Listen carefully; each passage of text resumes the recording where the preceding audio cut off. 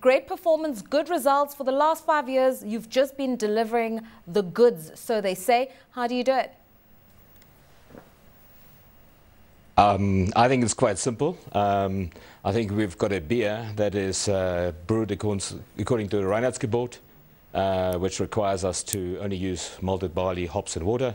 And of course that beer is very sessionable as well, and it sells all over. We see growth, continued growth in Namibia, major growth in South Africa and all the neighboring countries. Okay, some would say that you do well in Namibia because to a large extent you're almost a monopoly player. You've been there forever, you've got a great alliance with Diageo, you've got good brands behind you, but it's really because you don't have competition. How do you respond? We definitely have major competition. We have our good friends from the south, South African Breweries. They are here as well. We have been fighting for years, and they are here. They are definitely visible everywhere. So I wouldn't say that we have no competition. Yeah. We have tough competition, and maybe that's the reason why we're so strong, and that's why is the reason maybe why we're doing so well in South Africa. I mean, obviously, you mentioned SAB Milan. We know that they're currently building a big plant that's valued at $34 million, 70 kilometers outside of Windhoek. They really want to stop importing, producing domestically. They want to grow their market share from 20%. So that is the kind of pressure you're facing. In terms of meeting the expectations of the consumer and beating the competition, how much are you putting into CAPEX? Yes, that's a good question. We have last year put major money into capital expansion. This is really prompted by the demand we have, specifically in the export markets as well as South Africa, where we have invested in the tune of about 280 million rand in the last year alone.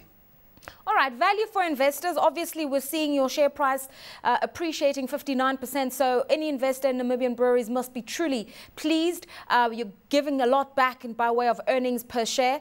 But we are expecting the operating environment to become more challenging. It's the competition that you're talking about from SAB Miller. It's rising input costs internationally. It's volatile currencies and markets. What are you doing to cushion yourselves? Well, I think one thing's for sure is I believe in our own people, and we're putting major focus in people and leadership around this, and only us together we can do this. And certainly we're looking at export markets where we can establish similar wet tappers or other establishments. And we have, of course, an incredible strong brand, and wherever we go, the brand is growing dramatically. I mean, obviously, investors want to hear what you're going to be doing by way of keeping EBITDAs stable, for instance. Just make sure that you maintain very good growth, you manage your operating costs, and you give out good dividends and that sort of thing.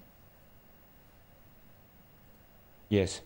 As I said to you, I mean, I cannot overemphasize the people's side of it. But again, it's various diversifications we have. We will continuously upgrade our portfolio, adding new products to it. We are looking at our current trademark, which will get further upgrade. We are looking, depending on the market requirements, to come up with different variables to our current trademark. It's certainly making sure from people's side that we have the resources behind it. From products, we actually call it experience, no longer a product. And then execution, and I think we are doing extremely well in that, and we will continue to strengthen these competencies.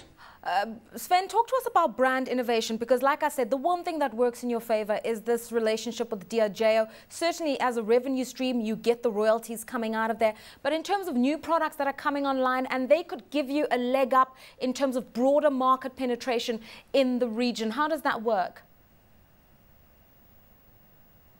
We have Of course, with our partner Diageo and Heineken, by the way, it's we've got both partners where we certainly have their brands being brewed here and being added to our portfolio and exporting them into neighboring countries. But at the same time, we're doing a lot of innovation about our own portfolio and adding variables to it, even going up to lower alcohol or even alcohol-free products. And this is where I believe we, the future requires us to look at what the future generation want, and also the social environment. We are very careful about that, and to see how we can meet that.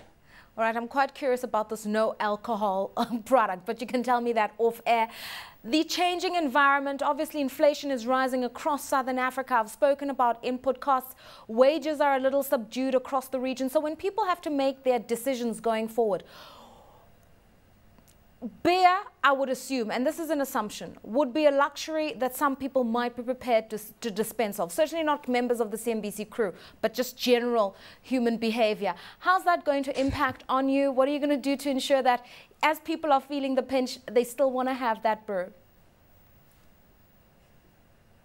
I believe that in bad times people need to celebrate and need to drink a good beer like our Windhoek lager, and even in good times. So I'm not so sure that you can that this is necessary luxury. I mean, this is probably one of the oldest habits in the world, and I cannot foresee that it's going to be putting pressure on us. Of course, you said it, rising input costs and so forth, but there are ways of managing around that, and I think we've done a number of things, including investigating local production of, for example, barley and so forth.